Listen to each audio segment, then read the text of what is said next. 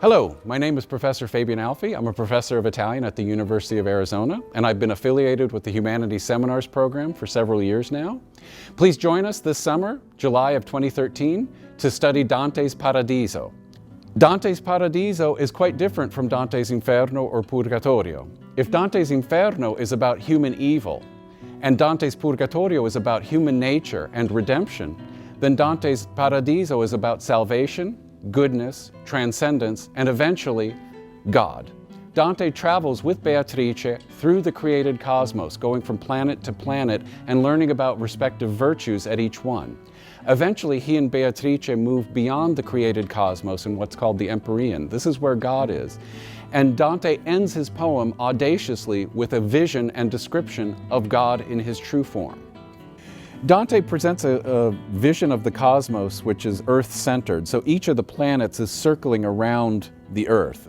We now know this to be false, but that's not really the point. Each of the planets represents one of the virtues, starting with the Moon, Mercury, and Venus. These three are actually within the shadow of the Earth, and so they tend to represent people who are some ways flawed in their perfection. So you have people who couldn't fulfill their vows, people who were overly concerned with fame, people who were overly concerned with love, and these are the three planets.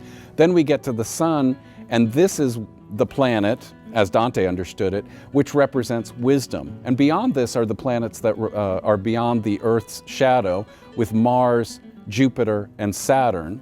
Mars representing people who died battling for the faith, Jupiter being the wise rulers, and Saturn being the contemplatives. These are people who lived a contemplative life. Please join us this summer. If you've studied Dante's Inferno or Purgatorio, this is the way to finish Dante's work the way he intended, but it isn't necessary to have studied Dante's Inferno and Purgatorio to enjoy this amazing poem. I look forward to seeing you this summer. We can then finish Dante's journey together, and we can all enjoy the way he describes God at the very end of this work with La gloria di colui che tutto muove, God's glory that moves everything, and God's love that moves all the stars and the sun. Thank you.